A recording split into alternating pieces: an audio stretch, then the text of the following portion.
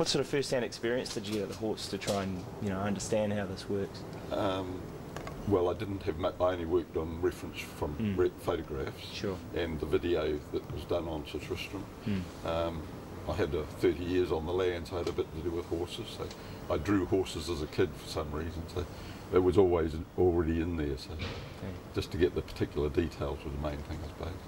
And Sir Patrick there, he was pretty happy with the likeness? Oh, he was more concerned about getting the horse right. One of his friends told him I'd made him 10 years younger, so he thought that'd be all right. What do you like about what you've done there with the horse? I suppose in a way it was really difficult. It's a little bit more highly finished than my normal style, and of course Sir Patrick wanted all the joints and things right, and feet and all that, so I had to put a bit more thought into that than probably I normally would with other sculptures. And you said he had a nice shoulder there, but we can't see much of it, is that right? No, yeah, well, he was very strong on the foreshoulders, so I think it's a pity probably that we can't see more of it from this angle, anyway. So, quite satisfying working on something like this? Or? Oh yes, it's a wonderful thing to get. I mean, I don't think unless you got these big commissions you probably would be struggling to survive. So yeah, it's great to get them. And great to have one going back to New Zealand too. Sure. You follow the horses yourself? Or? Not really. I love seeing them running. I'm not a punter in any way. No. So these are just purely sort of like reproductions of the original model? Yes, of my original model, and then we scaled up 5 times to get the life-size height of the horse, which was pretty close to 17 hands. So the actual full size is a life-size replica.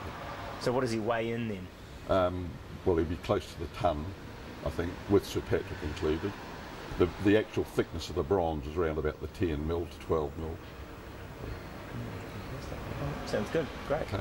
Anything else you want to tell us about this one? Oh no, I think it's going to a good place, that's all. It's a really nice setting there, so it should look good when it's set up. Fantastic. And we don't know when that's going to be yet because the World Cup's coming up. There'll be a bit of rugby before the official opening, I think. Yeah. All right. I mean, trying to get a likeness with a face on a horse or something, is it really difficult? Well, the main thing I aimed for was to really try and get the character of the horse. He was a fairly dynamic had a very dynamic personality, and I wanted to get that attitude in him as much as sort of individual features. I think I was aiming for that attitude, and hopefully I've got somewhere near there. Thanks very much. Good to see you.